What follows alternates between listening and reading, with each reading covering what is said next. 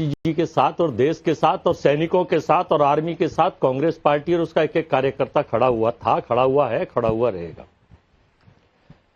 हम देश के लोगों की डिमांड से, आपको याद हो 2008 में 2 दिन का एक विशेष सेशन इसी स्पेशल बुलाया गया था, कांग्रेस की सरकार थी, एनडीए की सरकार थी, जब बुलाया गया था विशेष मांग पर अपोजिशन की पर कि याद होना चाहिए। अब अगर सर्वदलीय जंग की मांग कर रहे हैं और सीज फायर के बाद पाकिस्तान चालबाज था, चालबाज है, चालबाज रहेगा। अमेरिका की दादागिरी ठीक थी कि सही कर रहे हैं, लेकिन आप ये देखिए कि सीज फायर के बाद उसने फिर हमारे बेगुनाह में, अमृतसर का मैं वो वीडियो देख रहा हूं, मैं पाकिस्तान से जो भेज रहे हैं मोर्टार देख रहा हूं, कश्मीर में देख रहा हूं, निर्दोषों के ऊपर, घरों के ऊपर जो भेजे जा रहे हैं, वो तो बिल्कुल हमारी अवहेलना करी जा रही है युद्ध नीति की, और हम का सीज फायर कर दिए गए हैं। भाई मौका था पूरा देश के अपोजिशन के और खास करके भाजपा और आरएसएस के बहुत सारे लोग भी कह रहे हैं कि भाई ये मौका जो है खो दिया और आखिर इसको क्या करना चाहिए। हालांकि निर्णय देश की सरकार ले, देश की आर्मी ले, लेकिन जो हमारी मांग है कि जब दुश्मन कंट्री है वो बाज नहीं आएगा, और पाकिस्तान कल भी बाज नहीं आने का है। नहीं सर, अजय वर्मा जी, मैं आपकी भावनाओं की कदर कर रहा हूं। मैं नहीं कह रहा हूं सर आप पूरी तरह गलत कह रहे हैं। संसद का विशेष सत्र बुलाया जाए, ऑल पार्टी मीटिंग में चीजें क्लियर किया जाए, क्या बातचीत हुई सीज फायर को लेकर, ये सारी आपकी बातें ठीक है। लेकिन मैं सिर्फ ये कह रहा हूं, क्या सियासत के लिए थोड़ा सा रुका नहीं जा सकता था कि आप तुलना करने लगे 71, जबकि देखिए ये दांव आप ही लोगों पर उल्टा पड़ेगा, क्योंकि धीरे धीरे अब चीजें सीज फायर की इन बातों पर हुई, वो आ रहा है कि गोली चलेगी तो गोला चलाएंगे, डबल रिपे करेंगे, कोई हॉल्ट नहीं है। इंडस वाटर ट्रीटी कैंसिल हुई, कैंसिल रहेगी, 20 सेकंड के लिए फिर ऐसे ऑपरेशन लॉन्च किए जाएंगे। वही मैं कह रहा हूं, थोड़ा सा रुकना चाहिए था सर आप लोगों को। राकेश पांडे जी, हम तो हमेशा ही रुके हुए थे हैं। 1971 में जिस वक्त जनरल मानेक शाह साहब ने इंदिरा जी से पूछा कि अंदर पाकिस्तान में घुस जाएंगे, तो ऑर्डर है, इंदिरा जी ने कहा ऑर्डर है, और अमेरिका का जंगी बेड़ा जो जहाज समुद्र में खड़े हुए थे, उसके बाद भी 93,000 से ज्यादा सैनिकों ने सरेंडर करा और मारे गए थे। तो ऐसा हौसला भी नेताओं में होना चाहिए, हमको हौसला चाहिए, और दुश्मन देश को जवाब देने अजय जी, चलिए सर, मैं रोहन गुप्ता को लाता हूं, आप फिर पॉलिटिकल लाएंगे, ये डिबेट अनावश्यक दूसरी दिशा में जाएगी। फिर मैं पूछूंगा कि 93,000 सैनिक अपने पास होने के बावजूद 13,000 वर्ग किलोमीटर हमने जमीन क्यों दे दी, क्यों नहीं अपनी और शर्तें हम मनवा सकते? तो सर मैं कमियां निकालने की बातचीत आज नहीं करना चाहता हूं, तो मैं नहीं चाहता हूं। वो एक बोल्ड डिसीजन था, इंदिरा गांधी ने इतिहास लिखा, पाकिस्तान के 2 टुकड़े कर दिए, और उनको सैल्यूट है इस बात के लिए। लेकिन फिर आप पॉलिटिक्स करेंगे रोहन गुप्ता, फिर पॉलिटिक्स घुसाएंगे। चलिए खैर, रोहन गुप्ता रिप्लाई करिए, रोहन गुप्ता रिप्लाई करिए।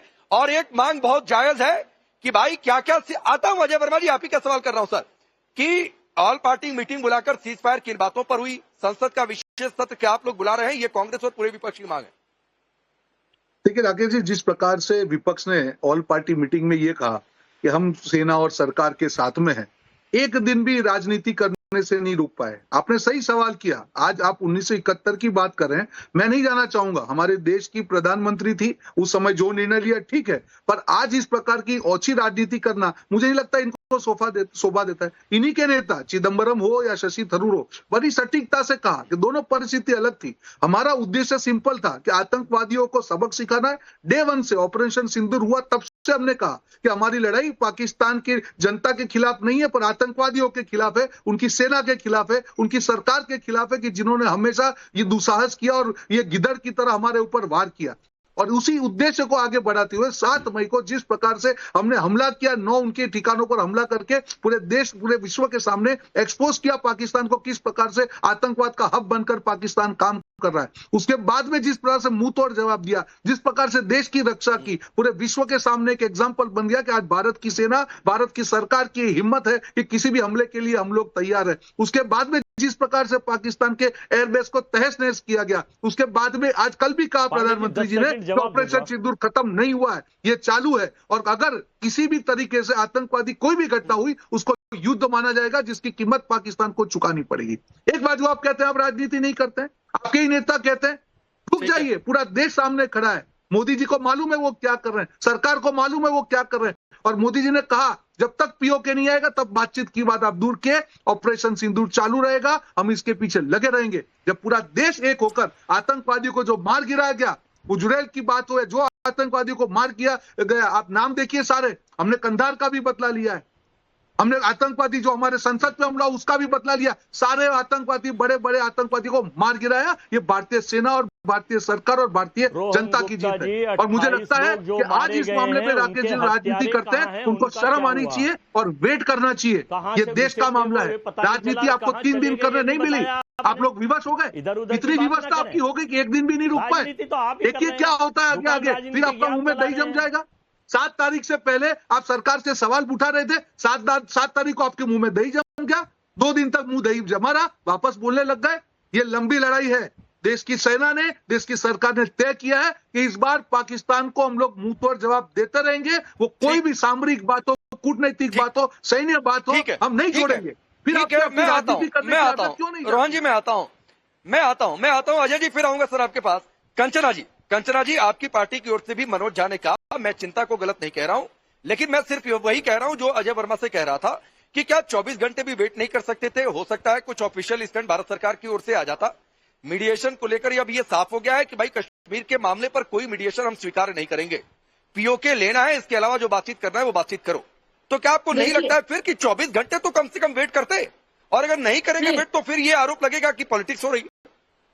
नहीं राकेश जी, एक बात आप सुनिए, जिस तरह से भारतीय जनता पार्टी के बोल रहे हैं कि पहले 2 दिन चुप थे, उस समय युद्ध चल रहा था, हमारी सेना लड़ रही थी और हम पूरी तरह से सरकार और सेना के साथ खड़े थे और हमें अपने सेना पर, अपने देश पर गर्व है और हम उस पर कोई सवाल नहीं उठा सकते। हम पूरी तरह से खड़े थे सरकार के साथ और सेना के साथ। लेकिन जब सरकार कोई फैसला लेती है, युद्ध पर लेती है, सीज़फायर पे लेती है, तो बहुत सारे बिंदुओं को ध्यान में रखकर लेती है। हम उसके साथ भी खड़े हैं। लेकिन तेजस्वी जी की जो मांग है, जो हमारी पार्टी की मांग है, वो क्लियर मांग है कि इस समय बहुत क्योस भी हुआ है कि एक ताऊ जी बन के आ गए, डोनाल्ड ट्रम्प जी, सीज फायर, हमारी सरकार ने, हमारे देश ने यहाँ से सीज फायर का कुछ ऑफिशियल नोटिस नहीं दिया है, ताऊ बनकर कोई बाहर से आ गया, उनको हमने जो नोटिस दिया था क्या कि आप बीच में आइए।